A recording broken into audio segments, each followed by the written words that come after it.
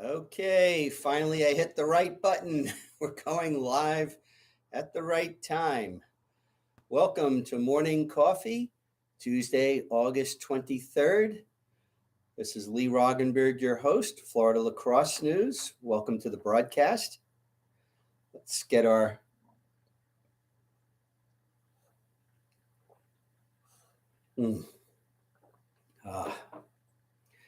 Cafe Bustelo today. Oh, so good. Okay, if you haven't already subscribed to the channel, please do so. Invite those who haven't to do so. Tell people that they're missing arguably the most interesting lacrosse news on the internet. Like the video, please. Also remember that we have plenty of marketing and advertising opportunities now that we have our multiple platforms.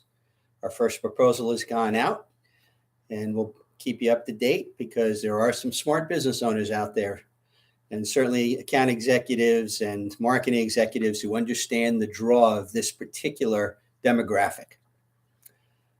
Okay, let's get to the news. First of all, we have a couple of more camps. Weber's got a fall ID camp October 16th. St. Leo Men's Prospect Camp is going to be on September 3rd. Came across a GoFundMe on Twitter for Wolves Lax and Tampa Bay Twisters. They're getting together for a GoFundMe for a box lacrosse field. Wonderful idea in the Tampa area.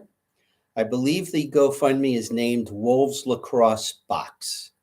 So if you go to that on GoFundMe, if you can spare a couple of bucks, let's keep chipping in to continue to grow the sport in the state. Miami Hurricanes holding a Cane Fest for their new players on campus. Obviously, this is something that, sometimes kids go to the colleges that have club teams and they don't necessarily know about it. They kind of figure that their lacrosse career is over at the end of high school, when in reality, not only can you go and play a club program at an MCLA school, but you could also maybe even pick up the game. I don't know how many people have done that, but if you were kind of interested, never took that first step, I'll guarantee you the clubs would be more than happy to bring you on and help teach you the sport.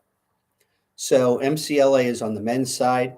I'm blanking a little bit on the women's side, but if you're not an NCAA Division 1, 2, or 3 program or an NAIA program, check to see if the school has a lacrosse club and go ahead and support it, and pay attention if you're interested to the announcements at the school. Okay, a couple of more people that played in the World Under-21s we haven't acknowledged yet. Christian Laureano, I believe, played for Puerto Rico in the Under-21s. The Cardinal Mooney player, who I just believe committed to Rollins. And Creekside alum Tiernan Hunt played for Ireland also in this tournament. I'm not sure where Tiernan went to play in college, if anywhere. If someone could pass that along, we'll update that on Thursday. The results of the World Under-21s. In the finals, the U.S. beat Canada 12-10 behind C.J. Kirst's 5 goals. For the bronze, Haudenosaunee 10, Australia 6. Trey Deer, 3 goals and 1 assist for the winners. 5th place, Japan 7-6 over England in 2 overtimes. I've got to really say it's remarkable how far along Japan has come in a short period of time when it comes to being competitive. And this victory over England is a big deal in the lacrosse world because England has traditionally been one of the top 4 or 5 in the world. 7th place, Ireland 12-11 over Puerto Rico. And again, another team in Puerto Rico that's been moving along and coming along very nicely. 9th place, Jamaica 8-4 over Israel. And that's a surprise to me too. I have to check to see who else is playing for Jamaica, maybe who are Americans. And same thing with Ireland and Puerto Rico. I believe Puerto Rico had 6 Florida players, but I think I've only named 4 so far. So if we get some more information on that, please pass it along. FSLCA finally released its Players of the Year in 1A and 2A. When I first saw it, I said, maybe we just, this was just already announced and someone just picked up on it. And then I checked with Coach Montes and he said, no, this is real time. Basically it takes a while for the votes to come in for them and tally and have enough. So congratulations, Sean Jordan, St. Andrew's grad, going on to Harvard. And he won the 1A award. And St. Thomas Aquinas, who was a Flagler commit, Trace McDonald, is 2A, the winner. Congratulations, Sean and Tracy and Trace and coaches. Get those votes in a little earlier next year. Okay. Inside Lacrosse had their invitationals. Here they had their all-star teams. They had a number of Florida kids mentioned. Session 1, excuse me. Allergies are starting to kick back in again. Session 1 for the class of 2023, Will Krupski, midfielder from Fleming Island, who was a Jacksonville commit, named to the team. Session 1, 2024, Mason Hudson, long pole of St. Andrews. 2025, Session 1, Broden Dold, attack man for Windermere. Great job, Broden. Session 2, 2023's Julian, I guess it's Targetti, midfielder. He's IMG and Nation United, Ohio State commit. And Jack Combs, a defenseman, Holy Trinity Episcopal, who's a Vermont grad. Congratulations to all of you. PLL results over the weekend. This was the final regular season weekend. Chrome 13-12 over Redwoods. Logan Wisnauskas, 4 goals and 3 assists. Rob Pinnell, 4 goals and 1 assist in the loss. Archers 16-12 over Water Dogs. Grant Amon, 2 goals, including a 2-pointer and 4 assists. For the winners, Kieran McCardo, 4 goals and 4 assists in the losing cause. Whip Snakes, who had locked up the number 1 seed, eliminated Chrome, who needed the win. And based on the last game's results, would have snuck into the playoffs, I think. Brad Smith, 1 goal, 3 assists. His final score is 11-9, Whip Snakes. Brad Smith, 1 goal, 3 assists for Whip Snakes. Lyle Thompson, 2 goals and 3 assists for Cannons.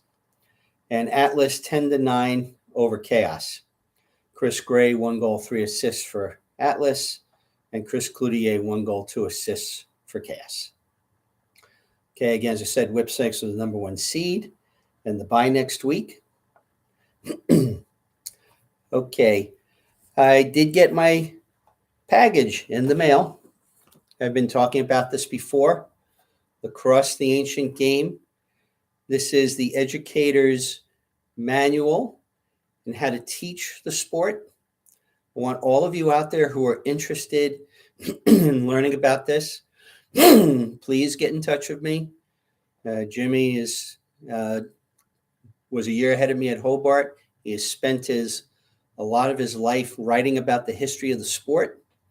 I have only thumbed through this a little bit so far because I just got it last night, and I can tell you it looks absolutely marvelous.